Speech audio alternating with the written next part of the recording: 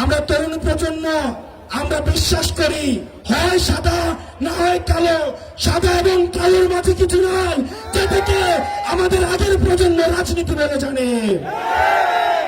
আমাদের তরুণ প্রজন্ম, আমাদের আগের প্রজন্ম, তারা ভণ্ডামিকে নাম দিয়েছে কৌশল, তারা মিথ্যাকে নাম দিয়েছে রাজনীতি, তারা প্রতারণাকে নাম দিয়েছে তারা স্ট্র্যাটেজি। এই তরুণ প্রজন্ম, স্কুল কলেজের যারা আছেন, আমাদের বোনেরা, আমাদের মাদ্রাসা পড়ুয়া ভাইরা, পরবর্তী বাংলাদেশটা আমাদেরকে করতে হবে, আমাদেরকে করতে হবে।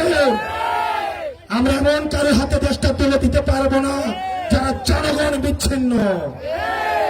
আপনারা গাংনীবাসী, আপনারা এনসিপির সাথে থাকেন।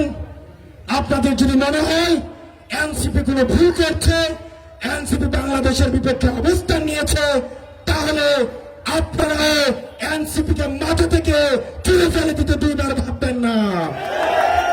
কোন দেশের গোলামি, কোন দলের গোলামি, কোন ব্যক্তির গোলামি করার কোন প্রয়োজন নাই।